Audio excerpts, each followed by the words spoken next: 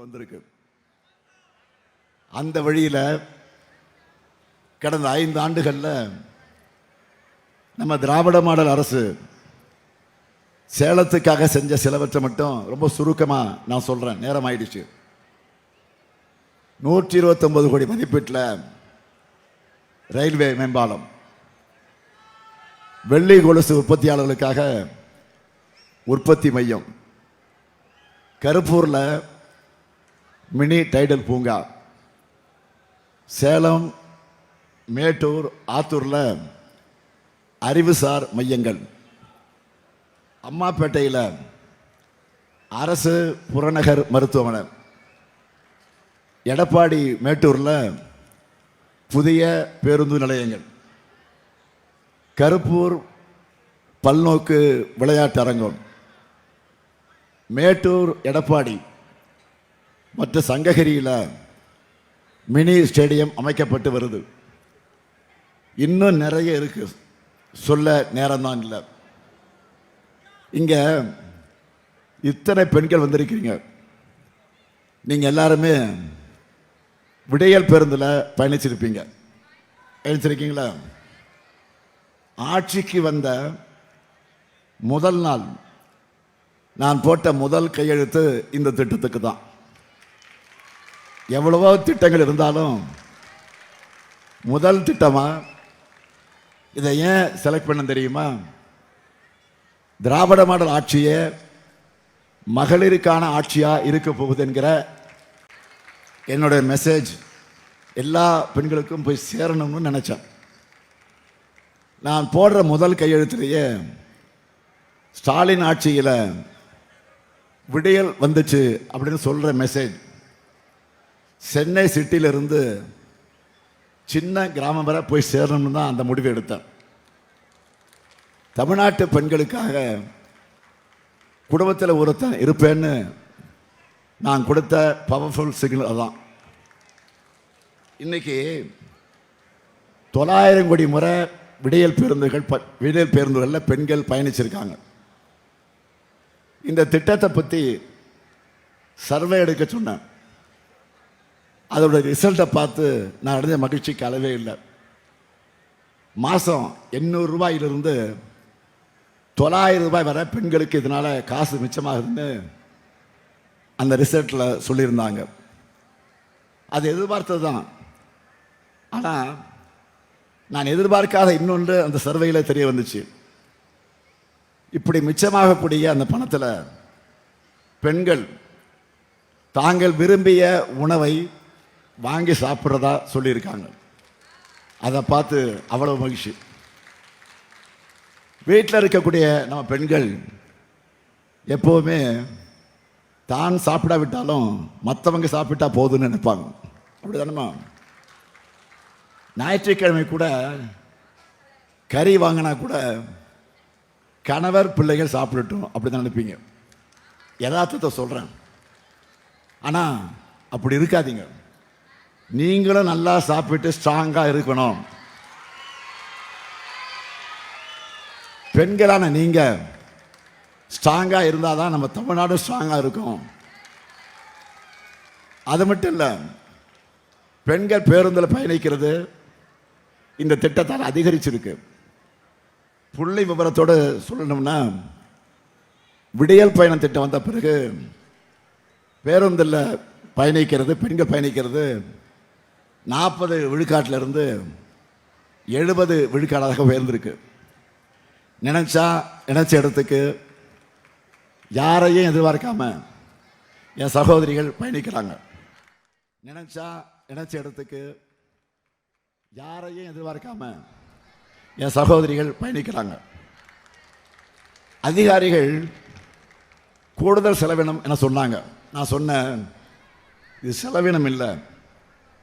நமக்கு பிடிச்சவங்களுக்கு நாம் பண்ணுற எதையும் செலவாக சுமையாக கருதக்கூடாது. நம்ம சகோதரிகள், நம்ம மகள்கள் சுதந்திரமாக பயணிக்கணும், நல்லா படிக்கணும், வேலைகளுக்கு போகணும், கை நிறைய சம்பாதிக்கணும். அதுக்கு நாம் செய்கிற முதலீடு இது. இதுக்காக எத்தனை ஆயிரம் கோடி ஆனாலும் பரவாயில்லை என்று நான் சொல்லிட்டேன். அடுத்து அமையவிருக்கும் ஆட்சியில் இன்னும் கூடுதலாக பேருந்துகளை வாங்குவதற்கு நாம் திட்டமிட்டு அதை விரிவுபடுத்த போகிறோம். அடுத்து முக்கியமான திட்டம் கலைஞர் மகளிர் உரிமை திட்டம். 2021 நாம் பெற்ற மாபெரும் வெற்றிக்கு அடித்தளமாக அமைஞ்சது இந்த திட்டம். ஆகவே இந்த திட்டத்தை பற்றி நான் அதிகம் உங்களுக்கு சொல்ல வேண்டிய அவசியம் இல்லை. இதை நிறைவேற்ற முடியாதுன்னு நிறைய பேர் சொன்னாங்க, சவால் விட்டாங்க. நான் நிறைவேற்றி காட்டினேன். நிறைவேற்ற காட்டினது மட்டும் இல்லை, திராவிட மாடல் 2.0 ஆட்சிக்கு வருகிற போது 2000 ரூபாயாக உயர்த்த போகிறேன். இந்த பணத்தை உதவித்தொகைன்னு சொல்லாமல் உரிமை தொகைன்னு ரொம்ப பர்டிகுலராக நான் அந்த பேரை செலக்ட் பண்ணேன். ஏன்னா பெண்களுடைய உழைப்பு இல்லாமல் மனித சமூகம் இல்லை. அதுவும் இந்தியா போன்ற விவசாயம் நிறைஞ்ச நாட்டில் பெண்கள் தான் அந்த விவசாய வேலையில் அதிகமாக ஈடுபட்டிருக்கிறாங்க. அது நம்ம வீட்டு பெண்கள் உழைப்பு சாதாரண உழைப்பு இல்லை. எல்லாருக்கும் முன்னாடி யார் எழுந்திருக்கிறா? பெண்கள் தான் காலையில் எழுந்திருக்கிறாங்க. வீட்டை பெருக்கி தெருவில் தண்ணியை தெளித்து சுத்தம் பண்ணுறாங்க. குளிச்சுட்டு டீயோ காப்பியோ போடணும். குழந்தைகளை ஸ்கூலுக்கு ரெடி பண்ணி அனுப்பணும். சமைக்கணும். சமைக்கிறதை விட பெரிய தொல்லை என்ன சமைக்கிறது, ஒவ்வொரு வேலையும் யோசிக்கிறது. அடுத்த தொல்லை பாத்திரம் கழுவுறது. அப்படியே பாத்திரத்தை போட்டு வைக்காம கழுவி அதை கவுத்து சாட்சி வச்சாதான் பல பெண்களுக்கு நிம்மதி. கரெக்டு தானே? இது முடிஞ்சதும் துணியை துவைச்சி காய போட்டு மடித்து வைக்கணும். மழைக்காலம்னா இன்னும் கஷ்டம்.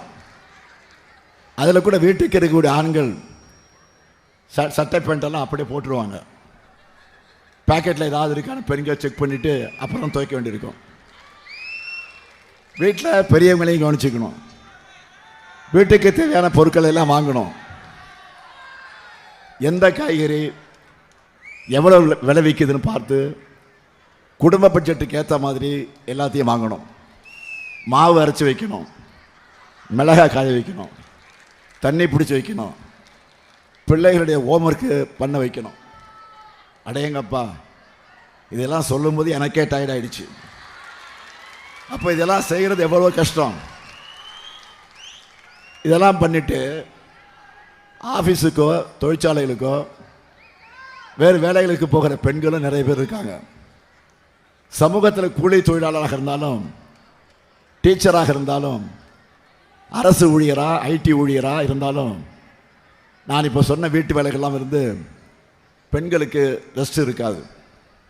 இவங்க எல்லாரும் ஒரே ஒரு நாள் ஸ்ட்ரைக் பண்ணால் கூட பல குடும்பங்கள் இயங்காது.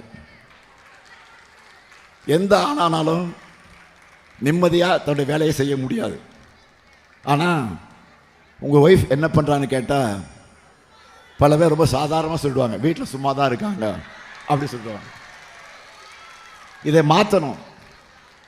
பெண்கள் இந்த சமூகத்துக்கும் குடும்பத்துக்கும் பண்ணுற பங்களிப்பை அங்கீகரிக்கணும் என்று நான் கொண்டு வரப்பட்டது தான் இந்த உரிமை தொகை என்பதை அழுத்த திருத்தமாக குறிப்பிடுகிறேன். 1000, 2000 என்பதை கடந்து ரெஸ்ட் இல்லாமல் உழைக்கிற நம்ம பெண்களுக்கு இந்த அரசு தரக்கூடிய ரெஸ்பெக்ட் தான் உரிமை தொகை. முடியவே முடியாதுன்னு சொன்ன திட்டம் இந்த திட்டம். ஆனால் இன்றைக்கி 1,31,00,000 பெண்களுக்கு கிடைக்குது. அடுத்து அமையவிருக்கக்கூடிய 2.0 ஆட்சியில் 1000 ரூபாய் என்பது 2000 ரூபாயாக உயரப்போகுது. தேவைப்படக்கூடிய பயனாளிகள் எண்ணிக்கை கண்டிப்பாக உயரும். இதே போல் மற்றொரு திட்டம், புரட்சி திட்டம், புதுமை பெண் திட்டம். பெண்கள் உயர்கல்வியில் சேர்றது, அதுவும் கிராமப்புற அரசு பள்ளி மாணவிகள் கல்லூரியில் சேர்வது குறைஞ்சிக்கிட்டே வந்துடுச்சு. படிப்புக்கு பணம் ஒரு தடையாக இருக்கக்கூடாதுன்னு உருவாக்கின திட்டம் தான் இந்த திட்டம். இந்த திட்டம் வந்த பிறகு பெண்கள் கல்லூரியில் சேர்வது 34 விழுக்காடு அதிகரிச்சிருக்கிறதா ஆய்வு முடிவுகள் வந்திருக்கு. பல ஆண்டுகளுக்கு முன்னாடியே படிப்பை முடித்த பெண்கள் கூட இந்த திட்டத்தால் திரும்ப படிக்க வந்திருக்கிறாங்க. கல்வியில் சிறந்த தமிழ்நாடு. இதுபோல் திருமணத்துக்கு பிறகு திரும்ப படிக்க வந்த ஒரு பெண்ணுக்கு இந்த திட்டத்துடைய பயண உணர்ச்சி பொங்க பேசுனாங்க. மேக்ஸ் டீச்சர் ஆகணும் அப்படின்னு இதன் மூலமாக படித்து முன்னேறி கூட இந்த பெண் பேசுனாங்க. நான் அன்பு மகளை அழைச்சி உச்சி முகந்து பாராட்டி உச்சந்தலையில் முத்தம் கொடுத்து என்னுடைய பேனாவை எடுத்து அன்பளிப்பாக கொடுத்தேன். அந்த காட்சி தமிழ்நாட்டு மக்கள் நெஞ்சத்தில் நீங்காமல் பதிச்சு. இதுதான் புதுமை திட்டத்தினுடைய வெற்றிக்கு சான்று. பெண்களுக்கு கணவனை விட கல்விதான் பெருந்துணை என காட்டியிருக்கக்கூடிய திட்டம்தான் புதுமை பெண் திட்டம். அடுத்து திராவிட மாடல் 2.0 ஆட்சியில் இனிமே 2500 ரூபாயாக உயரப்போகுது. அடுத்து என் மனசுக்கு நெருக்கமான திட்டம் முதலமைச்சரின் காலை உணவு திட்டம். 19 லட்சம் குழந்தைகள் காலையில் சுவையான சத்தான உணவை வழங்கக்கூடிய திட்டம். 19 லட்சம் தாய்மார்கள் சமையல் குறைய அந்த சுமையை குறைக்கக்கூடிய திட்டமாக இது அமைந்திருக்கிறது. இதனால் காலையில் எழுந்து அரைக்க பிறகு எழுந்து சமைக்க தேவையில்லாமல் ஒரு அரை மணி நேரம் அவங்க கூடுதலாக தூங்குவதற்கு இந்த திட்டம் பயன்படுது இல்லையா? மனசாட்சி தொட்டு சொல்லுங்க, உண்மையா இல்லையா?